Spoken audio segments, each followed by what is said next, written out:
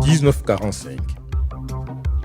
Bonsoir à tous, bienvenue à cette nouvelle édition du 19h45 sur C-Direct. Une salutation spéciale à nos téléspectateurs qui nous suivent depuis Kinshasa en RDC. Voici les principales informations de ce 2 octobre 2024. 19h45. Démarrons cette édition avec une nouvelle qui pourra soulager la population de la ville océane.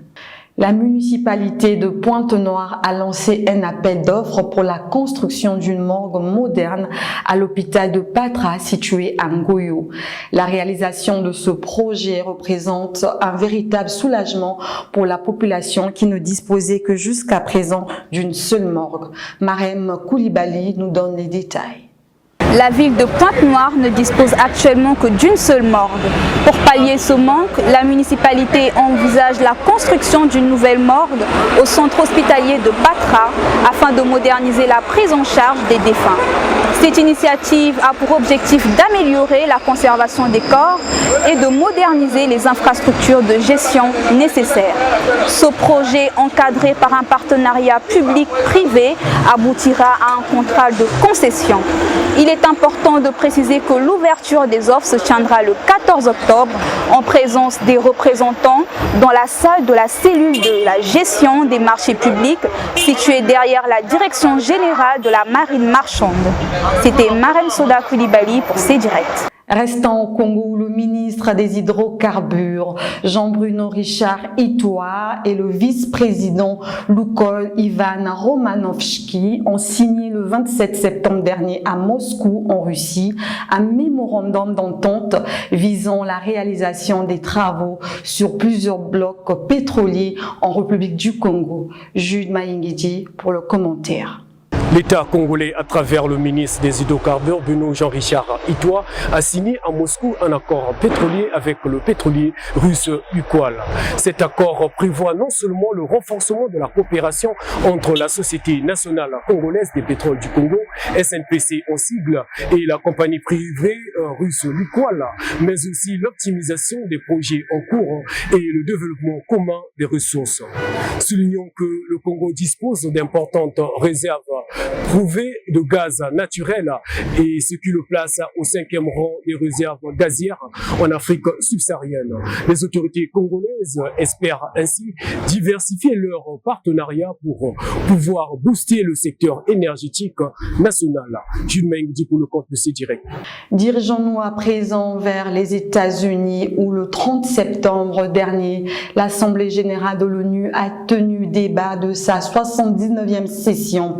Le ministre des Affaires étrangères, de la francophonie et des Congolais de l'étranger, Jean-Claude Gakoso, a plaidé pour l'émergence d'une humanité nouvelle, la réforme en profondeur du système onusien et l'architecture financière internationale. Wivine Ngwembe pour plus de détails. Lors du débat général de la 79e session de l'Assemblée générale des Nations unies qui s'est tenue le 30 septembre, le ministre des Affaires étrangères, de la francophonie et des Congolais de l'étranger, Jean-Claude Gakoso, a pris la parole au nom de notre président Denis Sassou Nguesso. Notre monde est effectivement à la croisée des chemins.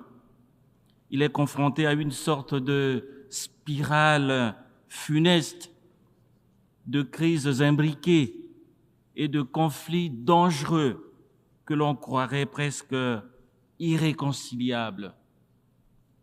En effet, les situations de guerre ou de violence armée de tous ordres en Ukraine, en Palestine, au Liban, au Soudan, dans le Sahel, dans la Corne de l'Afrique, dans l'Est de la République démocratique du Congo, situation dont la liste n'est malheureusement pas exhaustive et auquel il faut bien ajouter la crise climatique, le fardeau insoutenable de la dette et bien sûr le spectre apocalyptique d'une guerre nucléaire sont autant de défis existentiels, Monsieur le Président, qui interpellent aujourd'hui ce qui reste de la sagesse humaine.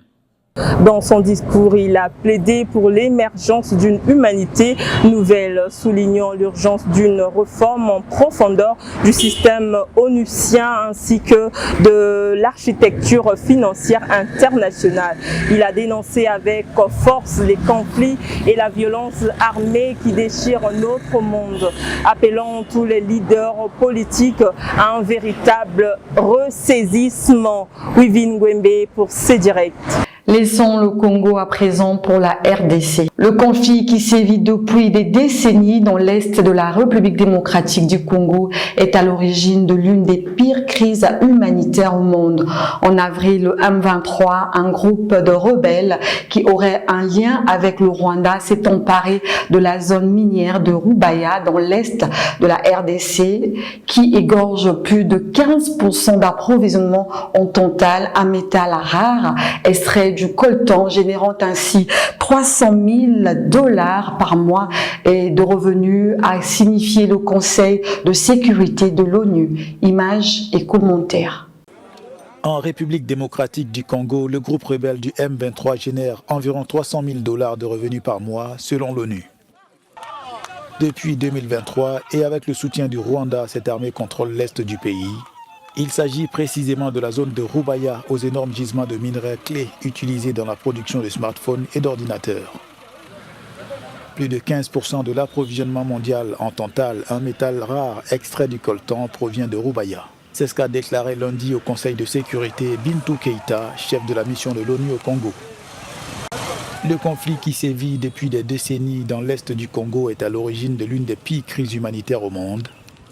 Plus de 120 groupes armés se battent pour le pouvoir, les terres et les précieuses ressources minérales, tandis que d'autres tentent de défendre leur communauté. Revenons au Congo où le ministre Anatole Kolini Makosso a échangé avec l'intersyndicat des transporteurs et de l'université Mariangwabi. Un échange direct qui a porté sur des préoccupations et sur un protocole d'accord en cette période scolaire. Images et commentaires. Ils ont tous des revendications qu'ils souhaitent voir aboutir. Avec l'intersyndicale des transporteurs en commun du Congo, il s'est agi de cerner tous les contours de la question qui ont poussé ces transporteurs à annoncer une augmentation du prix du transport à partir du 7 octobre prochain.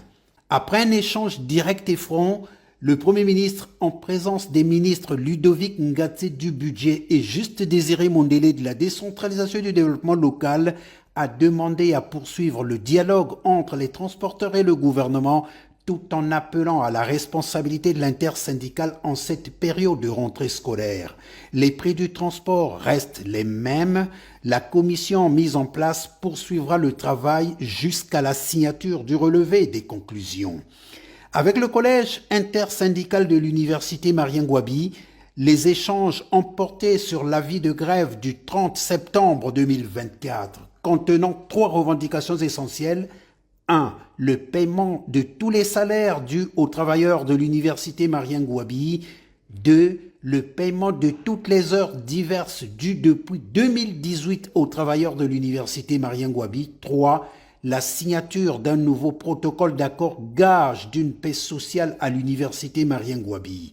S'adressant à l'intersyndicale de notre alma mater, le Premier ministre a dit que sur les 3 mois de salaire impayés, le gouvernement vient d'en payer 1 et que des efforts seront consentis pour solder le reste avant d'inviter les syndicalistes à privilégier l'avenir des étudiants en évitant de bloquer l'université. Le dialogue avec le gouvernement est périn, a-t-il souligné, et tout sera fait pour se diriger vers la signature du protocole d'accord. Parlons football à présent. Le centre de perfectionnement de football en cours de mise en place par la Fédération congolaise de football, FECOFOOT, verra le jour à Pointe-Noire au courant de ce mois d'octobre, a confié Pascal Bling, directeur technique national de cette fédération. Le centre est destiné à la formation et l'encadrement des jeunes joueurs des catégories U12, U13 et U14. Senia Katokolo pour plus de détails.